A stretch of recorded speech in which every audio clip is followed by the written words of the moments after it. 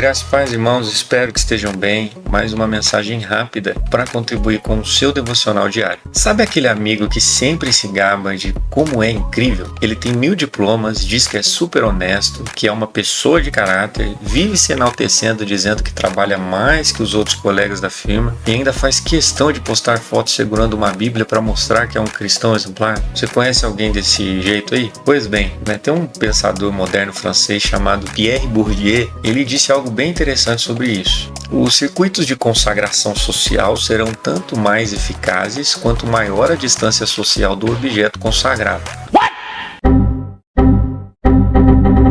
Bugou, né? Bom, vamos lá. Usando o raciocínio de outro pensador contemporâneo, um bem conhecido, o Clóvis de Barros Filho, essa frase pode ser explicada da seguinte forma. Imagine que você concluiu seu trabalho de faculdade, TCC. Sua mãe leu seu trabalho, seu amigo da faculdade leu seu trabalho e um desconhecido de outra universidade também leu seu trabalho.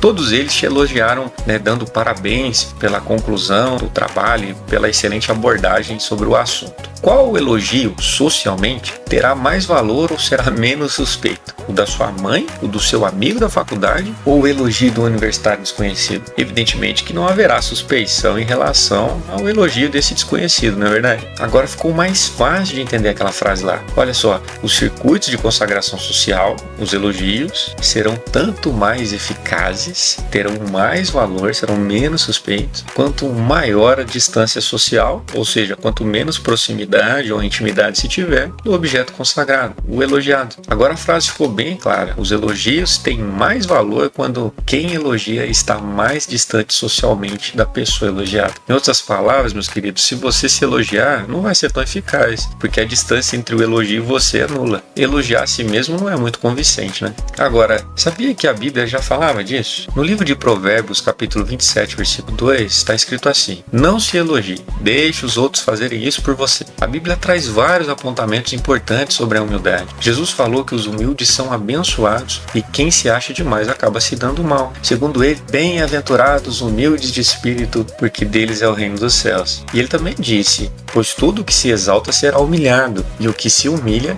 será exaltado. Mas e aí? A autopromoção, o autoelogio podem trazer problemas ao cristão? Provavelmente sim. Em Provérbios 18:12 está escrito assim, antes da sua queda, o coração do homem se envaidece, mas a humildade antecede a honra. No mesmo livro, no capítulo 29, versículo 23, diz assim: o orgulho do homem o humilha, mas o de espírito humilde obtém honra. Jesus, nosso modelo a ser seguido, nos anunciou: tomem sobre vocês o meu jugo e aprendam de mim, pois sou manso e humilde de coração. E o que seria humildade? Bom, se a gente abrir o dicionário, vai verificar uma infinidade de significados. Pode ser uma virtude caracterizada pela consciência das próprias limitações, modéstia, simplicidade, sentimento de fraqueza ou inferioridade em relação a alguém, reverência ou respeito para com superiores, submissão. E num aspecto social e financeiro pode ser falta de luxo, falta de condições econômicas, pobreza, enfim. Há ainda um conceito que eu ouvi de um pastor há alguns anos atrás, pastor Carlos, lá da Igreja Eleitos de Deus de São José dos Campos, que me fez meditar profundamente sobre esse tema. Na oportunidade ele disse assim: humildade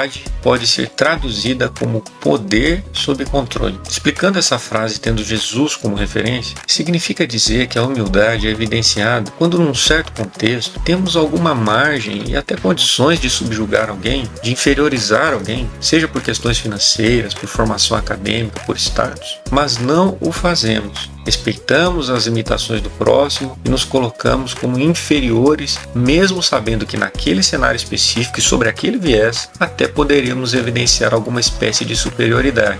Por exemplo, num cenário em que o contexto é o financeiro, vamos imaginar uns colegas combinando de sair para comer um lanche e ele só tem grana para poder comprar um lanche ali na esquina, naquele trailerzinho simplesinho. E você está acostumado só a comer em restaurante chique. Nessa oportunidade você deixa de evidenciar a sua superioridade financeira e vai comer ali no podrão. Outro exemplo é quando o contexto envolve formação acadêmica. Em certos assuntos, sua formação lhe permitiria censurar outras pessoas leigas, evidenciando a falta de formação delas, os erros de raciocínio, mas não o faz, preferindo muitas das vezes sequer emitir opinião sobre o assunto para não gerar nenhum constrangimento. Neste sentido de poder, né, sob controle, foi exatamente o que Jesus fez. Sendo filho de Deus, despiu-se de sua glória, aniquilou-se a si mesmo, tomando a forma de servo, fazendo-se semelhante aos homens, e achado na forma de homem, humilhou-se a si mesmo, sendo obediente até a morte, e morte de cruz. Ele poderia evitar qualquer sofrimento, ele poderia subjugar ou destruir os judeus acusadores e até o Império Romano apenas com uma ordem, como verificamos lá no livro de Mateus, capítulo 26, versículo 53, quando Jesus repreendeu a Pedro dizendo para ele: você acha que eu não posso pedir a meu Pai e ele não colocaria imediatamente à minha disposição mais de 12 legiões de anjos? Queridos, uma legião são 6.000 anjos, 12 seriam 72.000 anjos. Se apenas um anjo feriu todo o Egito na última praga, que culminou na libertação do povo de Israel, e apenas um anjo matou 185.000 assírios numa única passada, imagine o que aconteceria se Jesus solicitasse 12 legiões de anjos.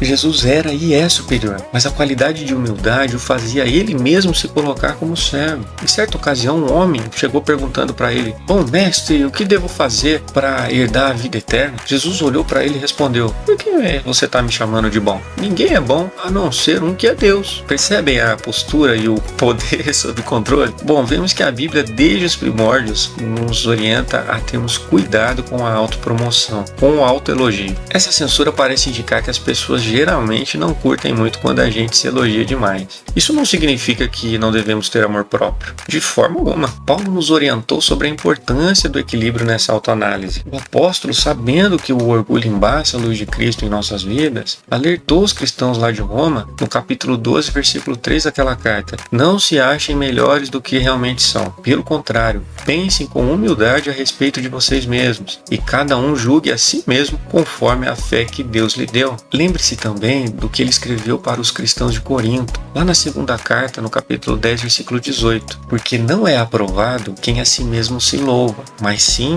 aquele a quem o Senhor louva. Então, queridos, antes de sairmos fazendo videozinho ou tirando fotinho para mostrar o quanto bom nós somos, vamos analisar os impactos dessa autopromoção aos telespectadores e o risco que o pensamento arrogante pode nos causar.